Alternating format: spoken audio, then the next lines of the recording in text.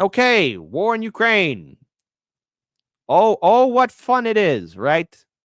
A devastating war that is costing the American people so much money and also taking the lives of so many people because U.S. House Speaker now rules out on more Ukraine aid. So he's ruling out on it. Republican Mike Johnson is opposed to a new $24 billion request from the White House. I mean, my goodness, wasn't some of their debt already pardoned? I mean, how much money are we spending on this thing now? I mean, seriously, this is like an old car, okay? Now, look, sometimes when you have an old car, you got to take it out back and pop it in the head. That's it. It's over. Old car's done. Okay? This is how it is. But first of all, before we talk about what the House Speaker said, here's what Blinken, blink twice, talked about this conflict in Ukraine. Take it away, Blinken. Finally, mobilization. This is critical because even with the money, even with the munitions, there have to be people on the front lines to deal with the Russian aggression. Ukraine has hard decisions to make about further mobilization, but these are necessary decisions. We have a commitment, though, for every person, every soldier that Ukraine mobilizes. We're committed to making sure that they have the training and the equipment they need to effectively defend the country. And again, that's what we focused on. Going forward, as I said, Ukraine is on an irreversible path to NATO membership, but we're focused on this in a practical way. We set up a dedicated NATO, finally mobilization. Okay, so yeah, full-on mobilization. By the way, again, Natalie Williams said somewhere around $183 billion. That's 183 with a big old B. B for billion. B for billion. Billion. Billion, billion, billion. And there's talk about lowering the age of conscription. How many people need to die? I mean, for Christ's sakes, when Trump comes off as the more reasonable person, I want people to stop dying. When Trump starts saying that, what the hell's going on here? When Trump looks like the peacemaker. So I want to pull up this video here for all of you to see. This is commentary from the U.S. House Speaker. The Biden administration requested to attach the upcoming CR additional aid to Ukraine to $24 billion. Do you planning to do that? What is your position? I'm not planning to do that. There are developments by the hour in Ukraine. I think, as we predicted, and as I said to all of you weeks before the election, if Donald Trump is elected, it will change the dynamic of the Russia war on Ukraine. And we're seeing that happen. So it is not the place of Joe Biden to make that decision now. We have a newly elected president, and we're going to wait and take the new commander in chief's direction on all of that. So I don't expect any Ukraine funding to come up now. So I want to pull up this article here from RT. U.S. House Speaker ruling out more Ukraine aid. So the U.S. House of Representatives will not consider President Joe Biden's request to include $24 billion in additional aid to Ukraine in a government funding bill, Speaker Mike Johnson has said.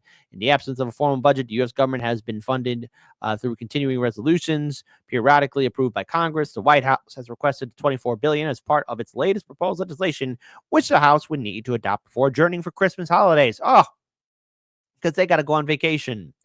I'm not planning to do that, Johnson said on Wednesday at a press conference on Capitol Hill. It is not the place of Joe Biden to make that decision now. There you go. The Louisiana Republican reminded reporters that he had predicted Donald Trump's election would change the dynamics of the Russia-Ukraine conflict and make further U.S. funding unnecessary, adding that is precisely what's been happening in recent weeks. We have a newly elected president, and we're going to wait and take the new commander-in-chief's direction on all of that, Johnson said. So I don't expect any Ukraine funding to come up now. Since February 2022, the U.S. Congress approved more than $174 billion to prop up Ukraine in its ongoing military conflict with Russia. The latest batch of funding, amounting to $61 billion, was held up for several months amid a battle between Johnson and the White House. The previous speaker, Kevin McCarthy, was ousted last October because a group of Republicans was outraged he was secretly negotiating with Democrats to get the Ukraine funding approved. The funding ended up stuck in Congress for almost 6 months before it was approved in both the Senate and the House in April, with no concessions to the GOP. You know what this says? They're trying to milk every single red penny. That's treasury we're never going to see again. Never forget all those cheerleaders who were promoting this war. Never forget all those people who kept on instigating this war. This war didn't need to happen. But never forget what the New York Times once wrote. Maybe it's a good idea we never look into what happened to the Nord Stream pipeline. Heaven forbid that thing looks suspicious. It's the world we live in, folks. They got money for war, money to bail out the banks. They can do insider trading. But they don't have money to take care of us. You know, there are people still suffering from the hurricanes that hit North and South Carolina and Georgia and Florida. You know, there are still people suffering in East Palestine, Ohio, from the train derailment and the chemicals that exposed to those thousands of people in Ohio.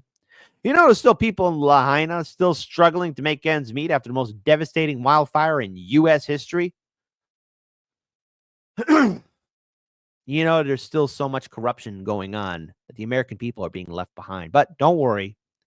Billions of dollars for war. No money for you. Does it come as any surprise why this administration lost in the first place?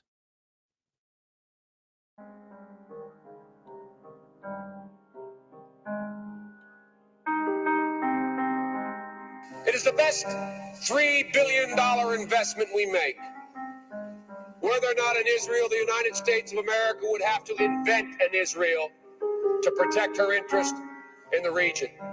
The United States would have to go out and invent an Israel.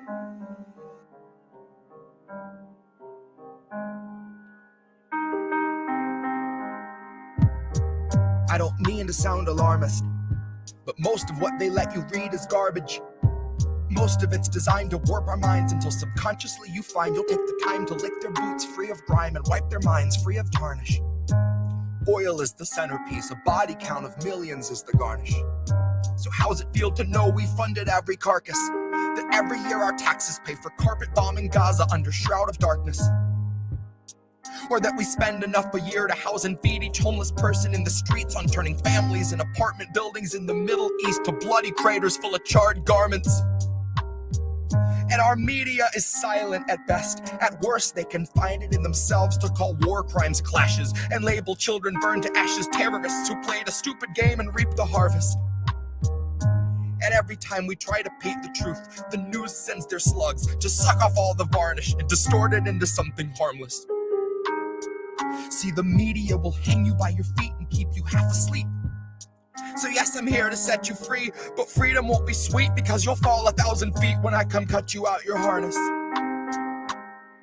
They say those who dream the deepest fall the farthest. They also say that home is where the heart is.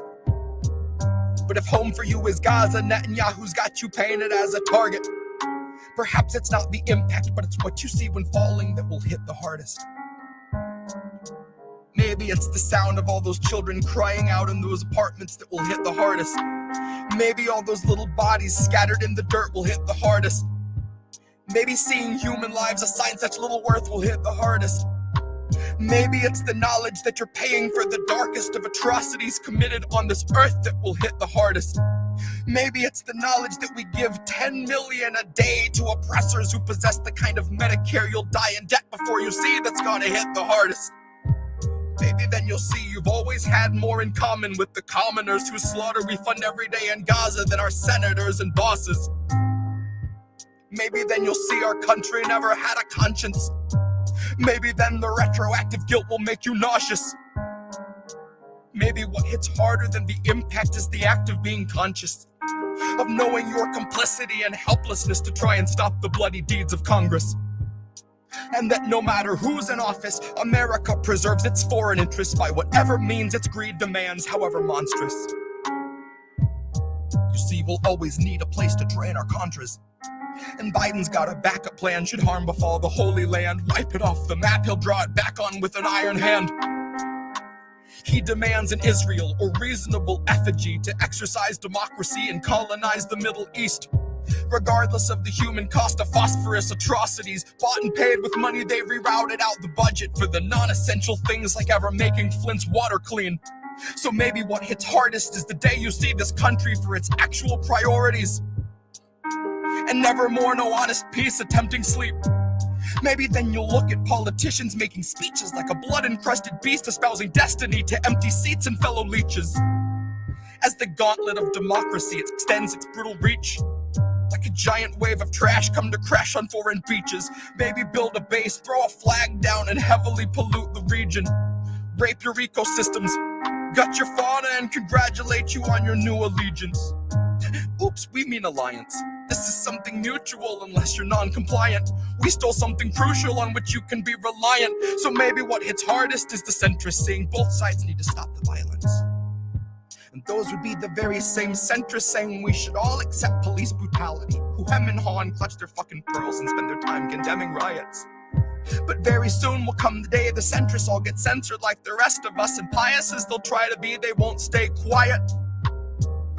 But they'll just end up shouting in the void that they were also quick to render us subscribers. And it will be too late to light the fires. So far away tonight, they burn the spires of a region set ablaze for which you've paid for every pyre. Which is why your checks weren't all $600 higher. And call it foreign interests or American desires. This is why your checks weren't all $600 higher.